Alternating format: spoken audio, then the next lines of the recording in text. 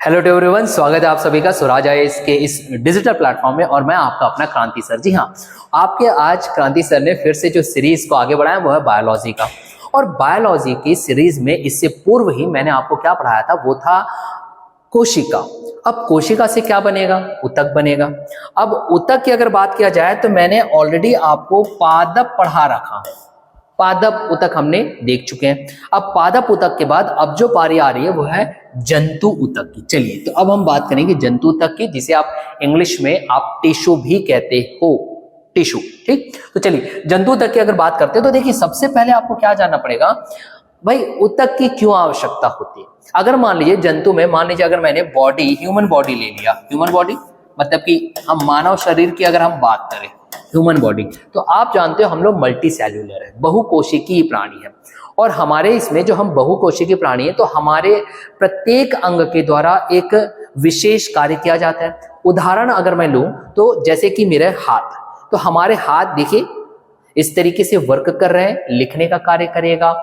या फिर मैं अपने पैरों को लूं तो पैरों के द्वारा मुझे गति प्रदान होती है, मैं आगे के लिए बढ़ता हूं। तो हमारे प्रत्येक अंग एक विशेष कार्य करते हैं।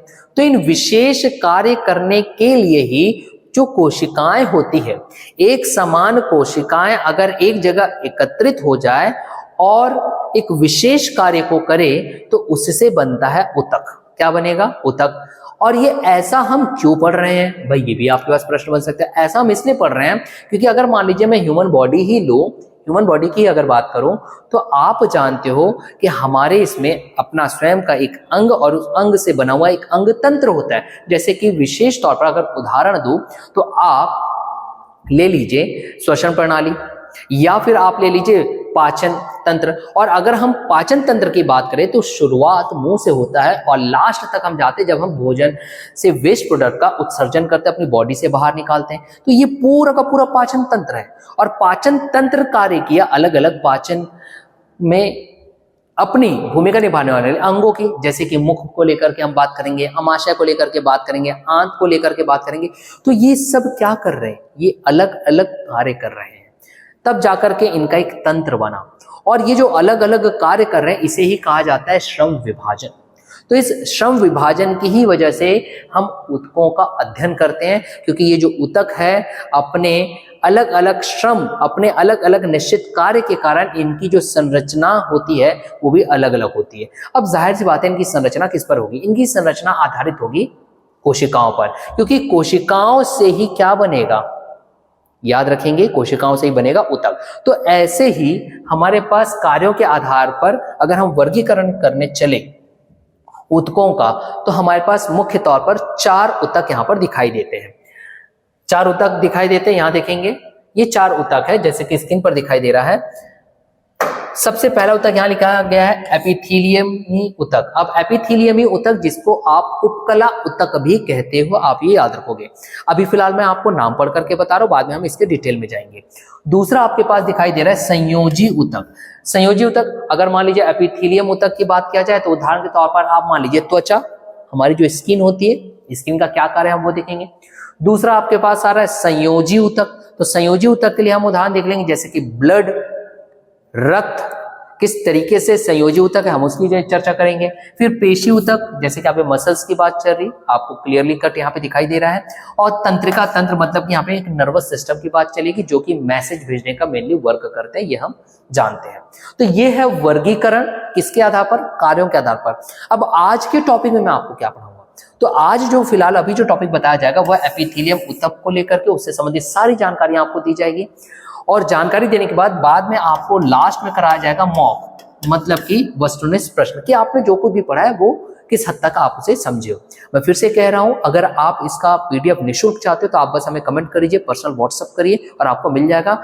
आप चाहो तो आप मेरा नंबर नोट कर सकते हो, 9584895611, ये मेरा नंबर है। अगर आप चाहो तो मुझे पर्सनल व्हाट्सएप कर सकते हो, आपको निःशुल्क PDF भेज दिया जाएगा और भी रेस्पेक्टेड टीचर्स के द्वारा। So no need to have a screenshot for your further future study.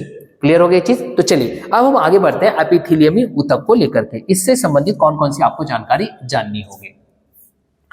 भाई एपिथेलियमी ऊतक की अगर हम बात करें तो सबसे पहला पॉइंट आपके पास जो लिखा गया है, मैं हर एक पॉइंट को यहाँ पे क्लियर करूंगा कि ये जो एपिथेलियमी ऊतक है जिसे हम उपकला ऊतक भी कहते हैं, वो क्या करेगा, हमें बाह्य रक्षा प्रदान करता है। बाह्य रक्षा प्रदान करना मतलब कि किस तरीके से करता है, जैसे कि अब आप देखिए, पहले हमको तो इसके स्ट्रक्चर पर जाना पड़ेगा। अगर मैं इनके स्ट्रक्चर की बात करूं, यहां समझेंगे, अगर हम इसके स्ट्रक्चर की बात करें तो यहां पर एक डायग्राम आपको दिखाई दे रहा होगा। हो सकता है डायग्राम में आपको ज्यादा चीजें क्लियर ना हो, ठीक, तो मैं यहाँ पे एक डायग्राम बना रहा हूं स्वयं, इसे आप समझिए। जैसे कि मान लीजिए ये एक लेयर है, ये एक लेयर हो गया। अब इस लेयर के ऊपर हमने एक जैसे समान कोशिकाओं को यहाँ पे रख दिया। क्यों? क्योंकि अभी मैंने बताया था ऊतक क्या है, समान कोशिकाओं का समूह, एक व्यवस्थित समूह जो एक निश्चित कार्य करेगा। क्लियर हो रहा है? तो यहाँ पे देखिए, एक जैसे मैंने पूरे समान कोशिकाओं को रख दिया। कोशिका है तो इनका क्या होगा, अपना केंद्रक भी होगा। ये लीजिए, ये अपना केंद्रक हो गया। अब आप देखिए, इन कोशिकाओं के मध्य जो गैप होता है वो बिल्कुल भी नहीं रखा हुआ दिखाई दे रहा होगा। सब आपस में एक दूसरे से कैसे हैं, अटैच्ड है, ये सब के सब कोशिकाएं। इसका मतलब कि इनकी अगर संरचना की अगर मैं बात करूं और इनके मध्य कोशिकाओं के मध्य अगर गैप की बात करूं तो बिल्कुल भी आपको दिखाई नहीं दे रहा है। ये दिखाई नहीं दे रहा है तो आप इसे बोलोगे now it is arrange in intercellular matrix form, मतलब कि आप इसे बोलोगे कि अंतर कोशिकीय आधात्री में ये सब के सब जमे हुए हैं और ये इस तरीके से क्लोज्ड अटैच्ड है कि इनके बीच अत्यधिक गैप आपको नहीं दिखाई दे रहा है। भाई जब ये अत्यधिक गैप नहीं दिखाई दे रहा है तो ऐसा क्यों किया गया? ये ऐसा इसलिए किया गया कि अगर मैं बोलूं कि ये कोशिका है और ये कोशिका किसी और की नहीं बल्कि ये मेरे स्किन की है, ये त्वचा की है, अगर मैं ऐसे बात कर दूं, त्वचा स्किन ऊपरी परत, तो आप जानते हो कि आपका जो स्किन है इसके ऊपर की ओर वातावरण मिलता है, जबकि स्किन के नीचे अगर मैं जाऊंगा तो बॉडी से रिलेटेड फ्लूइड मुझे वहां दिखाई देता है। मतलब कि यहां पर आपके पास आएगा बॉडी फ्लूइड, जिसे आप देह तरल कहते हो। ये अंदर की बात करो, स्किन के अंदर, और स्किन के बाहर मतलब मेरे इस स्किन के बाहर की बात करो तो यहां पे मिलता है आपके पास एनवायरमेंट, ये आपको दिखाई दिया। अब एनवायरमेंट मतलब कि वातावरण की मैं बात कर रहा हूं, ठीक। अब आप स्वयं देखिए भाई, एनवायरमेंट से अगर किसी भी चीज जो बाहर से अंदर की ओर आ सकती है, जो इसे नुकसान पहुंचा सकता है, तो उससे इसको बचाना पड़ेगा, मेरी बॉडी को मुझे बचाना पड़ेगा। तो बॉडी को बचाने का कार्य कौन कर रहा है? ये स्किन कर रही है। तो ये कैसा होना चाहिए? अभेद्य होना चाहिए इन पूरी बाहर से आने वाले फॉरेन एजेंट्स के लिए।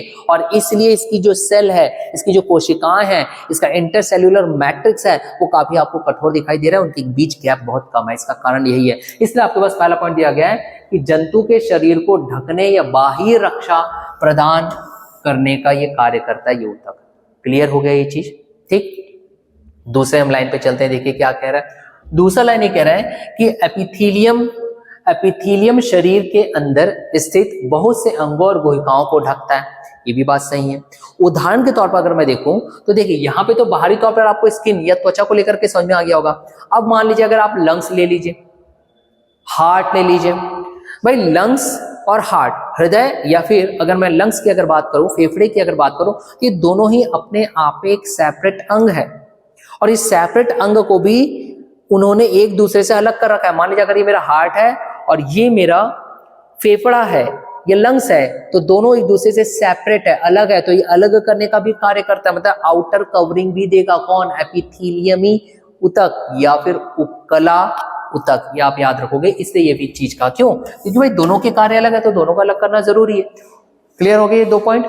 तृतीय पॉइंट में जाते हैं तो ये भिन्न भिन्न प्रकार के शारीरिक तंत्रों को एक दूसरे से अलग करने के लिए एक अवरोध निर्माण करता है। ये अवरोध कुछ और नहीं है बल्कि आउटर कवरिंग है, पूरा का पूरा आउटर कवरिंग। जैसे कि हार्ट, आउटर कवर जिससे रहेगा एपिथेलियम टिश्यू जैसा आपके पास दिखाई दे रहा है। फेफड़ों को मुझे सबसे अलग करना है तो एक आउटर कवरिंग रहेगा, एपिथेलियम ऊतक फिर से आ गया। ये उसी अवरोध की बात कर रहा है। अब ये कहां कहां पाया जाएगा? सामान्य से भाई त्वचा, मैंने अभी आप बात किया। मुंह में भी आपको पाया जाएगा। मुंह के अंदर हम जाते हैं तो आहार नली आपको पास दिखाई देता है, त्वचा, मुंह, आहार नली। रक्त वाहिनी मतलब कि ब्लड वेसल्स की नली में भी पाया जाएगा, उसकी लाइनिंग ये बनाता है। भाई अगर हम फेफड़ों की बात करें तो कुपिका, मतलब यहाँ पे कुपिका मतलब एयर सैक की यहाँ पे बात चल रही है। क्लियर हो गया। और वृक्कीय नली मतलब कि किडनी ये जो ट्यूबुलर फॉर्म है वहां पर भी ये पाया जाता है, क्योंकि अभी मैंने बताया बॉडी के अंदर जितने आपके पास अंग तंत्र है उनको भी सेपरेट करने के लिए ये आपको एपिथेलियमी ऊतक आपको दिखाई देता ही है।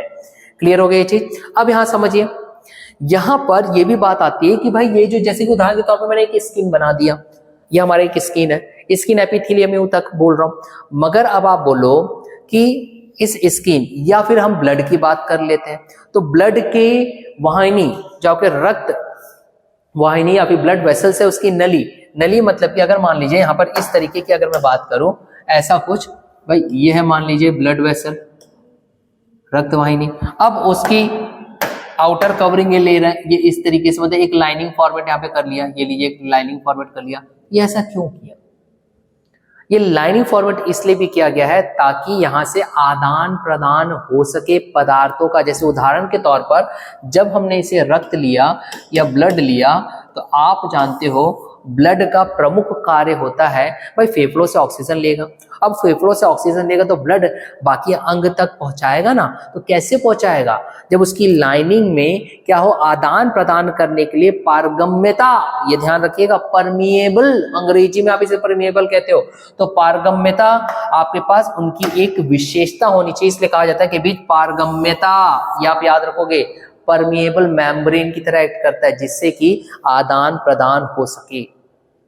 क्लियर हुआ? जैसे कि ऑक्सीजन, हार्मोन्स ब्लड ले जा रहा है वो हो जाएगा, भाई स्किन से भी आपके पास आदान प्रदान हो जाता है। ठीक है, जैसे कि आप जानते हो यहाँ पे स्वेट, पसीना निकलता है ना, स्वेट ग्लैंड भी होते हैं, ये सब इसी के ही वर्क करते हैं। क्लियर हुआ ये चीज? चलिए अब हम आगे बढ़ते हैं हमारे इसी एपिथेलियमी ऊतक की ओर। तो एपिथेलियमी ऊतक से संबंधित और जो अन्य बातें जानना है, जैसे कि एपिथेलियमी को मैंने बताया, इसका अन्य नाम क्या मिलता है आपके पास? उपकला ऊतक, उसी को ही हम उपकला ऊतक मतलब कि हिंदी में उपकला ऊतक कहते हैं। अब यहां देखेंगे उपकला ऊतक को मैंने बताया, जैसे कि उदाहरण के तौर पे आप क्या ले लीजिए, त्वचा ले लीजिए। त्वचा के ऊपर हम जाएंगे तो आपके पास फ्री सरफेस रहेगा, ये त्वचा है, त्वचा के ऊपर ये फ्री सरफेस है, इसके ऊपर हम जाते हैं तो एनवायरमेंट, और इसके नीचे आते हैं तो बॉडी फ्लूइड या देह, ये चीज मैंने आपको बता रखा हूं। अब मैंने आपको ये भी बताया कि ये किस तरीके से कार्य करता है, तो हमने देखे देह का आवरण, आवरण मतलब कि कवर करना, जैसे कि लंग्स को कवर करना, हार्ट को कवर करना, आस्तर मतलब लाइनिंग फॉर्मेट करना, जैसे कि हमने ब्लड वेसल्स की लाइनिंग बनाई जहां से आदान प्रदान ऑक्सीजन करवा रहे थे आप, हार्मोन्स का आदान प्रदान आपने करवाया, ये वही चीज हो रहा है। तीसरा मैंने आपको ये बात ऑलरेडी समझा चुका हूं कि कोशिकाओं का अंतर कोशिकीय आधात्री द्वारा ये जुड़ी होती। अंतर कोशिकीय आधात्री मतलब कुछ और नहीं, मान लीजिए अगर ये कोशिका है और इन्हीं कोशिकाओं से क्या बनेगा? ऊतक बनेगा। तो ये सब के सब ये जो इस तरीके से अरेंजमेंट है, ठीक है, उसी को ही वो कह रहा है अंतर कोशिकीय आधात्री। अंतर कोशिकीय आधात्री, ये देखिए इनके बीच जो गैप की बात कर रहा है, और वो कैसा रहेगा? अगर मैं एपिथेलियम ऊतक या फिर उपकला ऊतक की बात करूं और विशेष तौर पर अगर त्वचा की बात कर लूं, तो त्वचा जो है उसका अंतरधात्रीय अंतर कोशिकीय आधात्री या फिर इंटरसेल्युलर मैट्रिक्स जो है वो काफी कैसा एक दूसरे से क्लोजली पैक्ड है। ये चीज मैंने आपको क्लियर कर रखा हूं। ठीक है, चलिए आगे बढ़ते हैं। अब हम इसी में अगर हम आगे बढ़े तो उपकला के अब आपके पास उसकी संरचना को लेकर के दो प्रकार दिखाई देते हैं, दो प्रकार।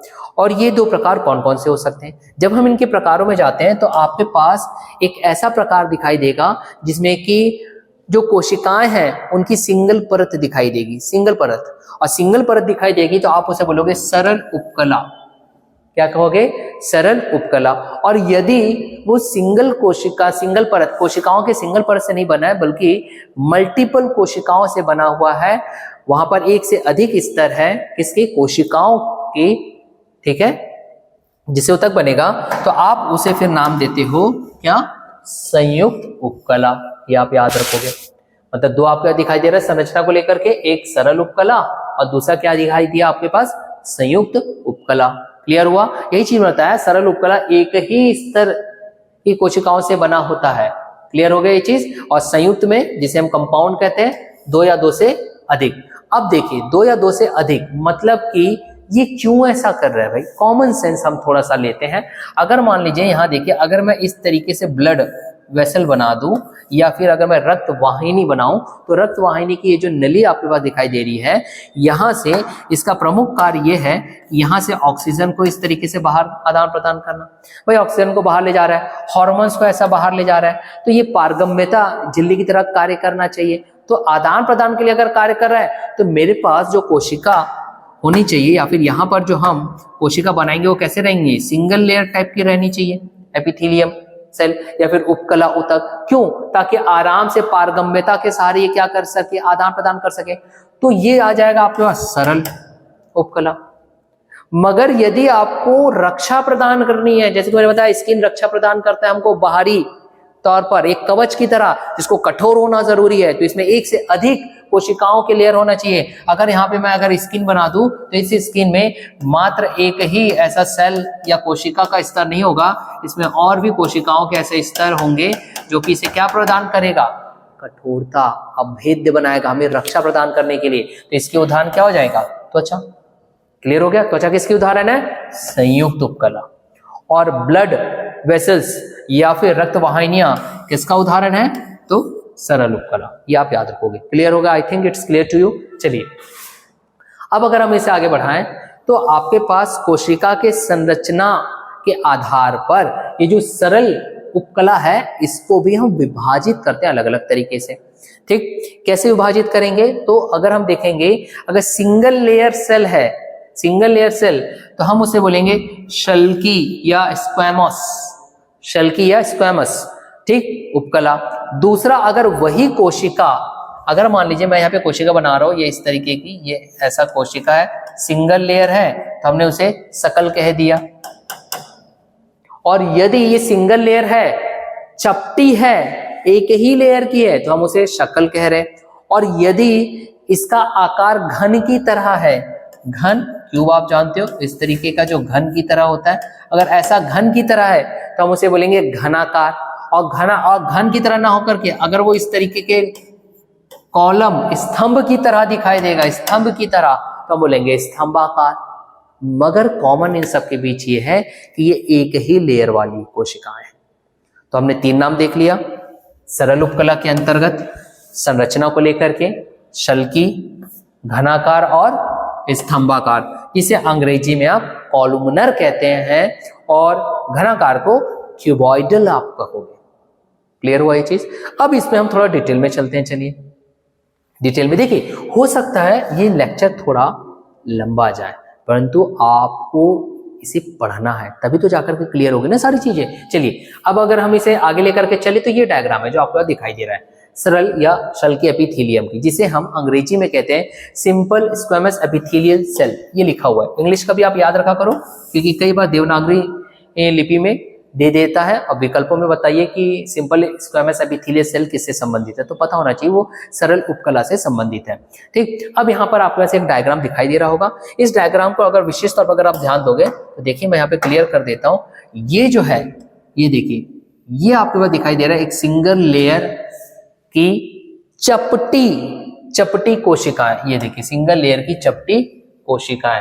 तो ये सिंगल लेयर की जो चपटी कोशिकाएं है ना, इसी से ही बनता है क्या, सरल शल्की एपिथेलियम। इसी को ही बोला जाता है सरल शल्की एपिथेलियम, और ये इसका अपना केंद्रक है। क्लियर हो गया? ये देखिए ये इस तरीके से आपको चपटी दिखाई दे रही है, इसलिए इसका नाम ऐसा पड़ा है। ये देखिए ये ऐसा, ये यहाँ पर पूरा का पूरा क्या है, सिंगल लेयर है जो कि चपटी है आपस में। अब यहाँ पर देखिएगा आपको यहीं पर ही एक ब्लू कलर में भी दिखाई दे रहा होगा, इसे समझेंगे। यहां पर अगर देंगे तो एक लेयर आपको ये भी दिखाई दे रही है इसके नीचे कि यहाँ पे जो ब्लू कलर का हल्का नीले रंग का जो लेयर परत आपको दिखाई दे रहा है, ये कहलाता है बेस मेम्ब्रेन। क्या कहलाता है? Base membrane. और उसी बेस मेम्ब्रेन के ऊपर ही ये चपटी वाली कोशिका की लेयर है, जिसे हमने क्या कहा, सरल शल्की एपिथेलियम या सरल शल्की उपकला। अब इसके जस्ट नीचे में, इसके नीचे भी देखिए ये यहाँ पे ये जो दिखाई दे रहा है ना, ये भी एक प्रकार का ऊतक है, परंतु ये जो ऊतक है वो कहलाता है कनेक्टिंग टिश्यू। अंग्रेजी में हम इसको कनेक्टिंग टिश्यू बोलेंगे और हिंदी में आप इसे पढ़ोगे संयोजी ऊतक। क्लियर हो गया? क्या पढ़ेंगे? संयोजी ऊतक। जैसे कि एग्जाम्पल के तौर पे मांसपेशी हम यहाँ पे ले सकते हैं। भाई स्किन है, इस स्किन के नीचे हमको क्या मिलता है? मांसपेशी मिलता है ना, तो बस वहां से आप समझ जाइए। क्लियर हो चीज? तो ऊपर की परत मान लीजिए अगर स्किन है तो नीचे मांसपेशी मेरे, तो मांसपेशी क्या हुआ? संयोजी ऊतक। तो ये एक डायग्राम है जिससे आपको समझ में आता है कि सरल शल्की एपिथेलियम क्या है। तो यह एक चपटी कोशिकाओं की पतली स्तर से बनता है जिसके किनारे अनियमित होते हैं। बता दिया गया आपके पास। क्लियर हो गया। अब ये कहाँ कहाँ मिलेगा, काफी महत्वपूर्ण है आपके लिए। अगर ऐसा पूछे कि कहाँ कहाँ पाया जा सकता है या कहाँ कहाँ ये उपस्थित होता है, तो जैसे कि मैंने बताया रक्त नलिका की जो लाइनिंग है वहां पे मिलेगा। कुपिका एयर सैक की बात कर रहे हैं लंग्स में, वहां पर आपके पास मिलेगा। मतलब कि ये जो सिंगल लेयर वाला है वो हर उस स्थान पे मिलेगा जहां पर पदार्थों का आदान प्रदान करना है। मैंने अभी आपको बताया ना, अगर आप ब्लड वेसल के नलियों में जाते हो तो आदान प्रदान किसके कारण हो रहा है, क्योंकि वहां पे पारगम्यता उसकी अपनी एक विशेषता बनी हुई है, परमिएबल, तो बस वो आदान प्रदान करेगा। तो जहां जहां आदान प्रदान की बात होगी वहां पर आप पदार्थों के आदान प्रदान, तो वहां पे आप लोगे सरल शल्की epithelium, simple squamous epithelium cell. I think it's clear to you. आगे बढ़ते हैं, चलिए। अब इसी सरल शल्की एपिथेलियम की अगर मैं बात करूं तो जैसे कि मैंने बताया कि अगर मान लीजिए आप ब्लड वेसल ले रहे हो, यहां देखेंगे ये है आपके पास रक्त वाहिनी की नलिका। अब यहां से इस तरीके से मान लीजिए ऑक्सीजन या फिर मान लीजिए हार्मोन का आप आदान प्रदान कर रहे हो अन्य अंगों के लिए, तो ये जिस प्रक्रिया को अपनाएगा उस प्रक्रिया को कहते हैं विसरण। ये आप याद रखोगे, विसरण अंग्रेजी में से कहा जाता है डिफ्यूजन। क्लियर हुआ ये चीज, ठीक। जैसे कि उदाहरण के तौर पर आहार नली, मुंह का अस्तर, ये आप याद रखोगे किससे बना हुआ है, तो ये बना हुआ है सरल शल्की एपिथेलियम। भाई मुंह का अस्तर क्यों ले रहे हैं, आप जानते हैं यहाँ पे सलाइवरी ग्लैंड मिलेगा, लार निकलेगा ना, लार, तो ये सब उसमें आ जाता है। क्लियर हो गया ये चीज। चलिए आगे बढ़ते हैं अब हम। वैसे सलाइवरी ग्लैंड को लेकर के विशेष तौर पे एक अलग डिटेल में आपको मैं बताऊंगा, उस पर आप बिल्कुल भी चिंता ना करो। चलिए आगे बढ़ते हैं। अगर आगे बढ़ते हैं तो देखिए अब आपके पास आता है ये इस तरीके का। मान लीजिए कि अगर यही जो आपने सेल बनाया अभी या कोशिका बनाया वो सिंगल स्तर की बनाया, सिंगल लेयर की बनाया और वो चपटी थी, तो आपने उसको सरल शल्की एपिथेलियम तक कह दिया। मगर सिंगल लेयर ना होकर के अगर लेयर बढ़ जाता है, यहाँ देखिए डायग्राम में आपके पास दिखाई दे रहा होगा, अब यहाँ पर लेयर्स बढ़ा दिए गए, ठीक है, कोशिकाओं के लेयर्स बढ़ा दिए गए, तो उसके लिए है वो शल्की। शल्की कब कहलाता, चपटा रहता, अनियमित रहता और सिंगल लेयर रहता। परंतु मान लीजिए सिंगल लेयर की जगह आप मल्टी लेयर ले लेते हो, तो मल्टी लेयर ले लेते हो ना, तब वहां पर वर्ड चेंज हो जाता है स्तरित शल्की एपिथेलियम। अंग्रेजी में आप उसे बोलते हो स्ट्रेटिफाइड स्क्वेमस एपिथेलियम। अब ऐसा क्यों किया गया भाई, क्यों नंबर ऑफ लेयर्स बढ़ा दिए गए, तो प्राकृतिक तौर पर याद रखो, जब यहां पर आपने इस तरीके से सिंगल लेयर वाली जब कोशिका को लिए थे तो उनका प्रमुख कार्य क्या था, आदान प्रदान करना विसरण प्रक्रिया के माध्यम से, बस यही था। परंतु अब आप सुरक्षा भी प्रदान करना चाहते हो तो इसी लेयर को क्या करना पड़ेगा, आपको अब लेयर को बढ़ाना पड़ेगा ताकि क्या हो, सुरक्षा प्रदान हो। तो जब हम स्तरित शल्की एपिथेलियम की हम बात करते हैं तो इसका प्रमुख कार्य होता है सुरक्षा प्रदान करना। और ये किसके अंतर्गत आएगा, तो ये आएगा कंपाउंड। जो मैंने बताया था ना, दो तरीका होता है, एक होता है सरल मतलब सिंगल लेयर वाले, और जब लेयर आपके पास बढ़ जाता है तो हम उसके अंग्रेजी में क्या कहते हैं, कंपाउंड। ठीक, ये बात आपको बताई गई थी, तो कंपाउंड के अंतर्गत ये आएगा। ठीक, इसलिए इसे कहा जा रहा है स्तरित Shalki epithelium, stratified squamous epithelium. Clear हो गया, जिसको संयुक्त उपकला भी आप इसे कहोगे, जैसे मैंने कंपाउंड बोला, संयुक्त उपकला। ये देखिए संयुक्त उपकला के अंतर्गत इसमें एक से अधिक कोशिका के स्तर यहाँ पर पाए जाते हैं। इसका मुख्य उद्देश्य क्या है, तो रासायनिक या यांत्रिक प्रतिबल जो स्ट्रेसेस पड़ रहे हैं उससे रक्षा प्रदान करना, जो चीज मैंने आपको अभी समझा चुका हूं। जैसे कि उदाहरण के तौर पर जैसे आपको बताया गया, त्वचा की शुष्क सतह, मुख गुहा की नम सतह, ये भी आप याद रखोगे, मुख गुहा बकल कैविटी की बात चल रही है, ग्रसनी की बात चल रही है, वहां पर भी आपके पास मिलेगा। ठीक, लार ग्रंथि सलाइवरी ग्लैंड में आपके पास दिखाई दे रहा है, अग्नाशयी में ये आपके पास दिखाई देगा, ये आप याद रखोगे। क्लियर हुआ, ये कुछ टर्म्स हैं जो आपको आने वाले समय के लिए याद रखना चाहिए, कि कई बार ऑप्शंस में दे देता है, तो ऑप्शंस में देगा तो आपको पता होगा, तब आप उसे सही तौर पर टिक कर पाओगे। चलिए आगे बढ़ा जाए।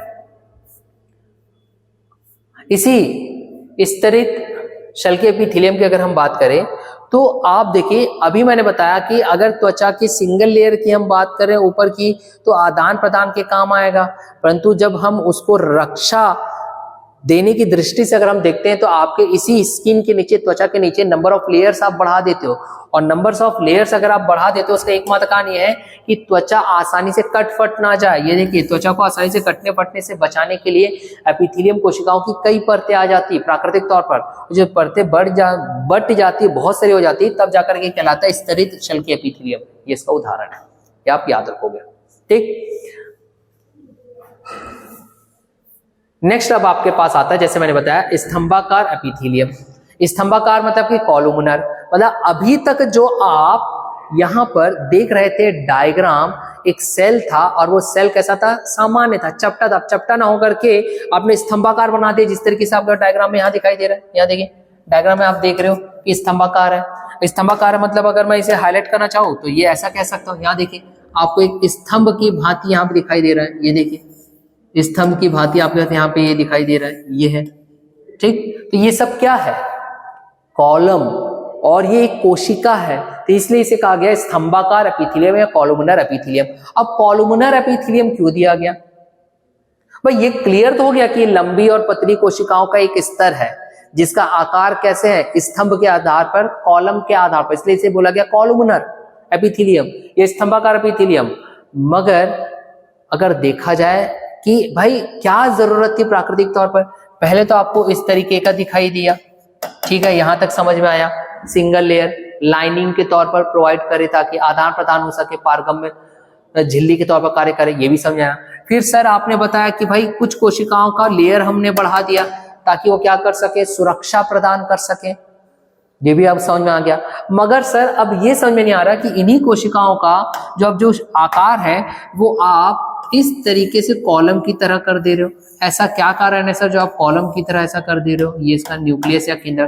तो आप सीधा सीधा याद रखिएगा, जब हमको अत्यधिक सुरक्षा प्रदान करनी है ताकि वो ज्यादा से ज्यादा स्ट्रेस ले सके जो बाहर की ओर से पड़ रहा है, और ज्यादा कठोरता अगर हमें देना है, फोर्स को ज्यादा सहन कर सके, तो हम उसके शेप में चेंज कर देते हैं जो प्राकृतिक तौर पर हुआ है, जैसे कॉलुमनर। तब जाकर ये कॉलुमनर बना, स्तंभाकार बना। क्लियर हुआ। अब इसी स्तंभाकार से संबंधित आपको कुछ और चीजें जाननी है जो इसका प्रमुख कार्य है।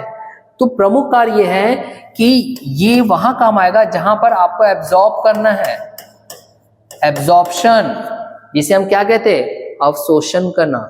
ठीक, दूसरा सिक्रीशन, मतलब कि स्राव करने की बात चल रही है, यहां पर स्राव हो रहा है। तो जहां एब्जॉर्प्शन होगा, सिक्रीशन होगा, स्राव होगा, अवशोषण का कार्य होगा, वहां पर हम लेते हैं स्तंभाकार एपिथेलियम। और बाद में जाकर के मैं आपको एक और बताऊंगा, एक और आकार मिलेगा घनाकार, तो उसका भी यही कार्य है। जहां सिक्रेट ज्यादा होगा, स्रावित ज्यादा होगा, या फिर जहां पे एब्जॉर्प्शन होगा, अवशोषित जहां पे करना है, वहां पर इस प्रकार के सेल्स हमें दिखाई देते हैं। जैसे कि उदाहरण के तौर पर अगर मैं बात करूं, यहाँ देखेंगे, अगर हम उदाहरण के तौर पर बात करें तो अगर आप अमाशय में जाते हो, अमाशय मतलब कि अगर हम पेट की अगर बात करें तो आप जानते हो अमाशय में एंजाइम्स भी होंगे जो पाचन क्रिया में कार्य करेंगे, और वो क्या करेंगे, पोषक तत्वों का एब्जॉर्ब करेंगे। तो भाई जरूरी है, वहां पर काम आएगा। तो आप ये याद रखिएगा।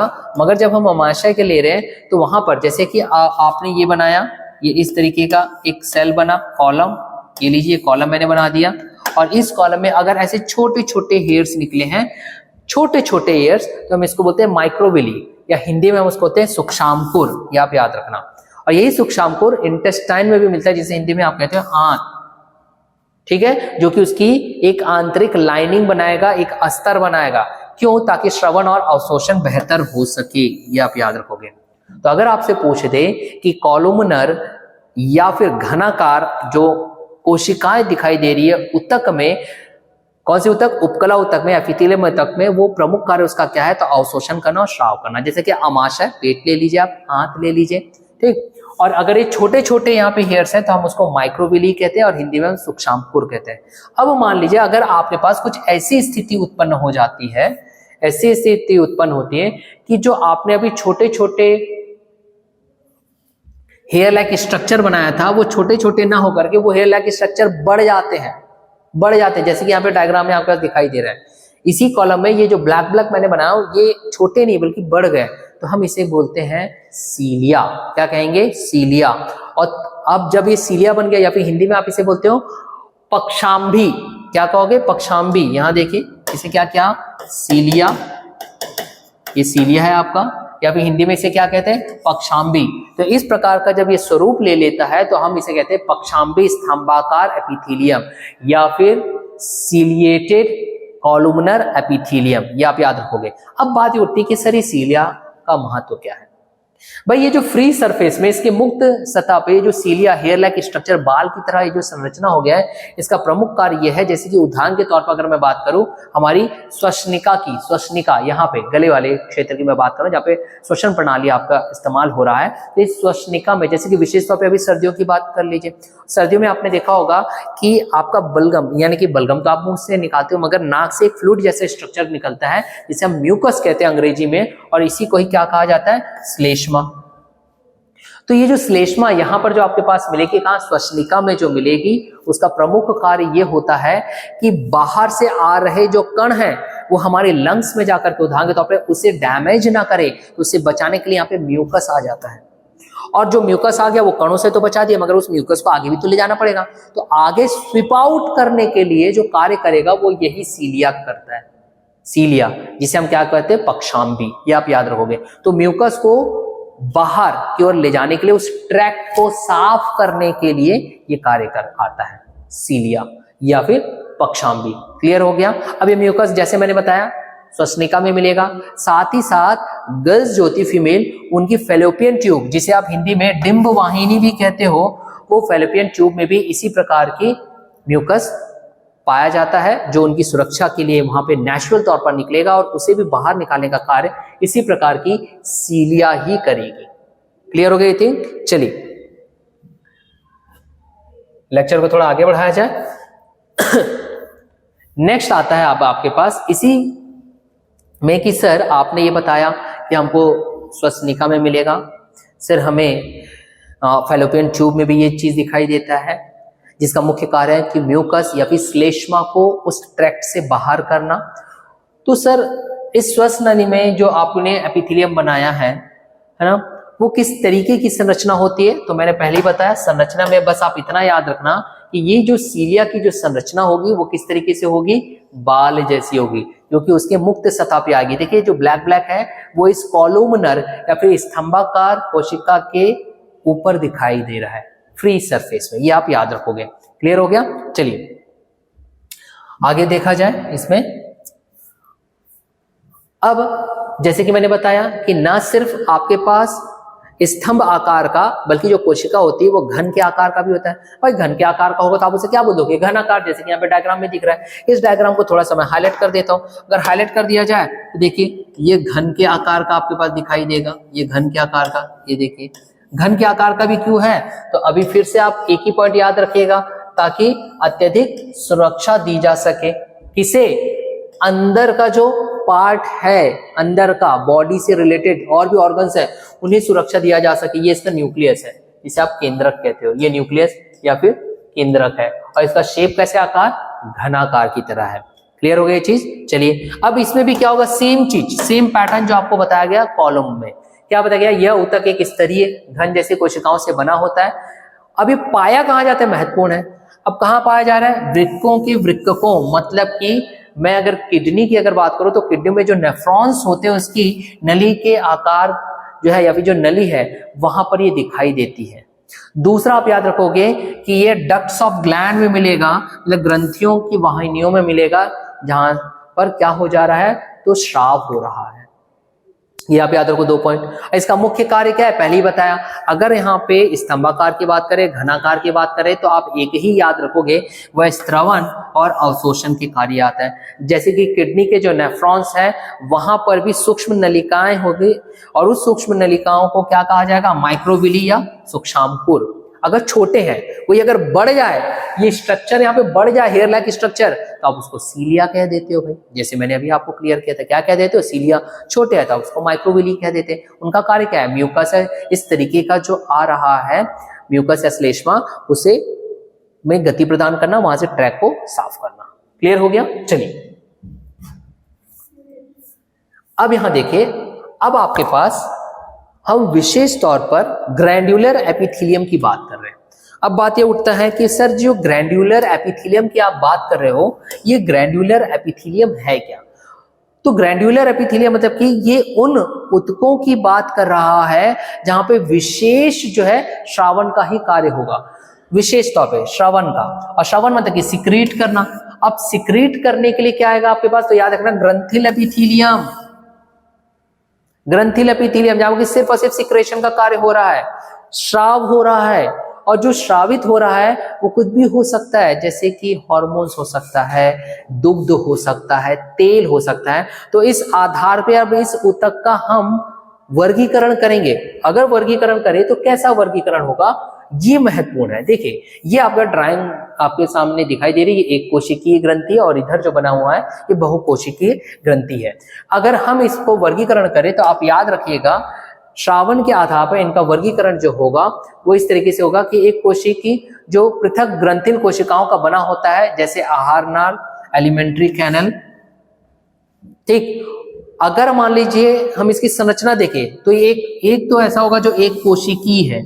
एक कोशिकी मतलब कि सिंगल लेयर वाली सेल आपके पास दिखाई दे रही है। तो उसके लिए उदाहरण आप याद रखो, एलिमेंट्री कैनल या आहार नाल।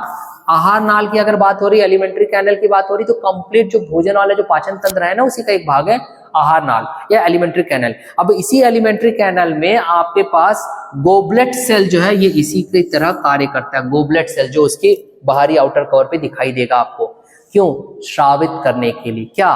कुछ ऐसे तत्व या पदार्थ जो उस पाचन क्रिया में अपनी महत्वपूर्ण भूमिका निभाए। तो क्या है? Goblet cell. मगर यदि मान लीजिए वो जो कोशिका है वो एक नहीं बहु कोशिकाएं हैं, तो बहु कोशिकाओं के लिए आप एग्जाम्पल जो लोगे वो रहेगा पुंज। उदाहरण के लिए लार ग्रंथि, लार ग्रंथि, स्लाइवरी ग्रैंड, क्योंकि स्लाइवरी ग्रैंड से क्या निकलेगा? लार निकलेगा। और आप जानते हो लार जो है पाचन क्रिया में महत्वपूर्ण भूमिका निभाता है। तो ये दो पॉइंट आप याद रखोगे, एक कोशिकीय और बहुकोशिकीय। अब आप देखते हैं जब हम इस ग्रंथिल एपिथेलियम में आगे बढ़े तो हमें ये भी पता चलता है कि जो ये श्राव कर रहा है उसके आधार पर भी, पहले तो हमने संरचना के आधार पर इसे बांट दिया, एक कोशीय और बहुकोशीय। क्लियर हो गया? अब हम देख रहे हैं जो श्राव कर रहा है उसके आधार पर, जो श्राव कर रहा है उसके आधार पर अगर हम देखें जो श्राव का निष्कासन हो रहा है तो उसके आधार पर जब हमने इसे बांटा तो हमें पता चलता है एक बाह्य श्रावी और दूसरा पता चलेगा हमको अंतःस्रावी। आप ये याद रखो, बाह्य श्रावी और अंतःस्रावी। बाह्य श्रावी के लिए अंग्रेजी वर्ड एक्सोक्राइन है और अंतःस्रावी के लिए एंडोक्राइन है। तो इसमें क्या सिक्रेट होगा ये जानना जरूरी है। जब हम बाह्य श्रावी की बात करते हैं तो बाह्य श्रावी में आएगा आपके पास श्लेष्मा। श्लेष्मा जैसे कि मैंने बताया अंग्रेजी में म्यूकस या फिर जो हमारी श्वसनिका थी वहां पे एक बलगम की तरह आपको दिखाई दे रहा था जो इस ट्रैक्ट को साफ करता ताकि जो आपका लंग्स है उसमें बाहर की जो कण आकर के इसे डैमेज ना कर दे। दूसरा श्लेष्मा जो मैंने बताया वो फीमेल में फैलोपियन ट्यूब में भी आता है, जो उनकी उस ट्रैक को सुरक्षा प्रदान करने के लिए, साफ करने के लिए वो निकलता है। क्लियर हो गया ये चीज? दूसरा है लार, कहां से निकलेगा? स्लाइवरी ग्लैंड से। ये सब बाहरी है ना, दिखाई दे रहा है आपके पास, एक्सोक्राइन है। वही चीज कान में अगर हम जाते हैं तो वहां पर आपको ईयर वैक्स मिलेगा, मोम, कर्ण मोम। ठीक, बॉडी से तेल बाहर आता है, दुग्ध बाहर आता है। आमाशय में अगर बात करूं तो वहां पे एंजाइम है आपके पास। तो ये सब क्या है? ये सब एक्सोक्राइन के उदाहरण है। अब अगर हम बात करें एंडोक्राइन की, इसे समझते हैं। यहां देखिए, एंडोक्राइन मतलब कि अंतःस्रावी की बात चली। तो अंतःस्रावी की बात अगर जब होती है तो याद रखेंगे वो क्या होगा, जैसे उदाहरण के तौर पे हार्मोन्स का निकलना। और जब हम हार्मोन्स निकालते हैं तो हमें किसी भी प्रकार की नलिका हमको दिखाई नहीं देती, ये आप याद रखोगे। अंतःस्रावी की ग्रंथियों में नलिकाएं नहीं होती, तो वहां पे जो हार्मोन्स निकलता है वो डायरेक्ट उस तरल में छोड़ दिया जाता है जहां पर वो उपस्थित है, ये आप याद रखोगे। क्लियर हो गया ये चीज? तो ये था, हमने वर्गीकरण किया सिक्रेशंस के आधार पर। अब चलिए भाई, अब तक हमने जो पढ़ाया उसका हम क्रियान्वयन करेंगे। देखिए वीडियो भले ही लंबा जा रहा है परंतु ये आपको डिटेल लेक्चर है जो आपका काफी काम आएगा भविष्य में। तो आपके पास यहाँ दिया गया, दिए गए निम्न विकल्पों में से कौन सा एपिथेलियम ऊतक से बने हुए? भाई एपिथेलियम ऊतक से मतलब कि उपकला ऊतक से बने हुए 4 ऑप्शन है। फेफड़ों की कुपिका, रक्तवाहिनी नली का स्तर, वृक्कीय नली, उपरोक्त सभी। अब यहाँ देखिए, जब यहाँ पर बात चली एपिथेलियम ऊतक की या उपकला ऊतक की तो इसका प्रमुख कार्य क्या था? एक सिंगल लेयर वाले हमने देखे थे जो एक लाइनिंग बना रहा था, आवरण दे रहा था उस अंगों का, जैसे कि उदाहरण के तौर पे फेफड़ों की कुपी का मतलब ईयर सेक का कर रहा था, हमने ये भी देखा था। हमने देखा था रक्त वाहिनी नली का अस्तर बना रहा था जहां से आदान प्रदान हो रहा था, पारगम्य झिल्ली की तरह ही कार्य कर रहा था। हमने देखा था कि किडनी की नली में भी कार्य कर रहा था। उत्तर क्या आएगा? उपरोक्त सभी। क्लियर हो गया? चलिए अगले प्रश्न में हम चलते हैं। अगला प्रश्न क्या कह रहा है यहां देखते हैं। नेक्स्ट क्वेश्चन, आंतें उचित रूप से पचे हुए भोजन पदार्थों को अवशोषित करती है, इसके लिए किस प्रकार के एपिथेलियम जिम्मेदार है? 4 विकल्प है, स्तरीकृत स्क्वैमस एपिथेलियम, स्तंभाकार एपिथेलियम, घनाकार एपिथेलियम और ग्रंथिल एपिथेलियम। अब याद करिए जब मैंने यहाँ पर आंतों की बात किया था तो आंतों का विशेष कार्य होता है कि भोजन, पचे हुए भोजन से अवशोषित कर लेना किसे? जो आपका न्यूट्रिएंट्स है, पोषक तत्व, और उसके लिए जो आपका सेल रहेगा वो इस तरीके की कोशिका रहेगी, कॉलमनर रहेगा, स्तंभाकार रहेगा, जिसमें कि हमने ये भी देखा था ऐसे हेयर लाइक स्ट्रक्चर सीलिया थे, और छोटे तो माइक्रोविली बोले थे। तो उत्तर क्या आ जाएगा? स्तंभाकार एपिथेलियम। क्लियर हो गया? चलो अगले प्रश्न की ओर बढ़ते हैं। प्रश्न क्रमांक 3। भाई यहाँ पे थोड़ा सा आपका मस्तिष्क का प्रयोग होगा। ये पूरा कथन और कारण 2 दिए गए, नीचे दिए गए कूट दिए गए, उसके आधार पर हम इसे चुनेंगे। कथन बोला एपिथेलियम ऊतक जंतु के शरीर को बाह्य रक्षा प्रदान करने वाला ऊतक है। भाई बात बिल्कुल सही है, जैसे कि हमने त्वचा लिया था, बाहरी रक्षा प्रदान करता है, और बाहरी रक्षा प्रदान करता है तो उदाहरण त्वचा लिया। त्वचा क्या कर रहा है? बाहर से आने वाले जो एजेंट्स है उससे हमें बचा रहा है, तो बिल्कुल बात सही है। भाई कथन आपका यहाँ पे सही है। देखिए अब कथन अगर सही है तो आप दिए गए विकल्पों में से उन विकल्पों को हटा दो जहां पे ए को गलत बोल रहा है। तो ए को गलत बोलने वाला डी है, यहाँ देख लीजिए। बाकी तो ए सही है, इसमें भी ए सही है, ए सही है। क्लियर हो गई चीज? ये होता है एलिमिनेशन राउंड, जो आपको 100% श्योरिटी देगा whatever you are selecting your answer it's quite 100% true. ये बात बता सके कि आपने जो चुना है वो बिल्कुल सही है। कारण बोल रहा है एपिथेलियमी कोशिकाएं शरीर तथा बाहरी वातावरण के बीच पदार्थों का आदान प्रदान करता है। भाई अभी हमने देखा पदार्थों का आदान प्रदान, जैसे ऑक्सीजन का आदान प्रदान करना, हार्मोन्स का आदान प्रदान करना, तो बात तो ये भी सही हो गया। भाई कारण भी सही है, मतलब आर भी सही है। तो अब हमको वो ऑप्शन कट करना पड़ेगा जहां पे आर गलत बोल रहा है। तो देखो आर गलत कहां बोल रहा है? सी में। तो चलो भाई कट हो गया। अब खेल खेलना है आपको ए और बी में। ए और बी में खेल खेलने के लिए आपको देखना पड़ेगा जो कथन के बाद कारण दिया है, क्या कारण उसकी सही व्याख्या करता है। तो उसके लिए दोनों के बीच में आप क्योंकि लगा दो या बिकॉज। चलो पढ़ते हैं। एपिथेलियम ऊतक जंतु के शरीर को बाहरी रक्षा प्रदान करने वाला कारक है, क्योंकि एपिथेलियम कोशिकाएं शरीर तथा बाहरी वातावरण के बीच पदार्थों का आदान प्रदान करता है। भाई ये तो जम नहीं रहा है। क्यों? क्योंकि अगर मैं कारण देखूं कथन का, एपिथेलियम ऊतक जंतु के शरीर को बाहरी रक्षा प्रदान करने वाला ऊतक है, क्योंकि जो बाहरी रक्षा इसलिए प्रदान कर पाता है क्योंकि इसके जो फ्री सरफेस है उसके नीचे जो कोशिकाएं हैं उसके अंतर कोशिकीय आधात्री को जब हम देखते हैं, संरचना देखते हैं, तो क्लोजली पैक्ड है भाई, वो क्लोजली पैक्ड है। ये उसका कारण हमको दिखाई देता है। या फिर हमने कई बार देखा कि वो कैसा है? मल्टी सेल्यूलर है, बहु कोशिकाएं हैं। ऐसा कुछ तो यहाँ कारण में लिखा नहीं गया है, तो ये क्या हो जाएगा? सही व्याख्या नहीं है। तो ऑटोमेटिकली क्या हो गया? ए। आया समझ में उत्तर? तो इस तरीके से आप बेहतर कॉन्सेप्ट के साथ इस पर वर्क कर सकते हो। चलिए हमारा आज का आखिरी प्रश्न में हम चलते हैं, क्या कह रहे हैं। चलिए, दिए गए निम्न विकल्पों में से कौन सरल उपकला ऊतक के प्रकार है? भाई सरल उपकला।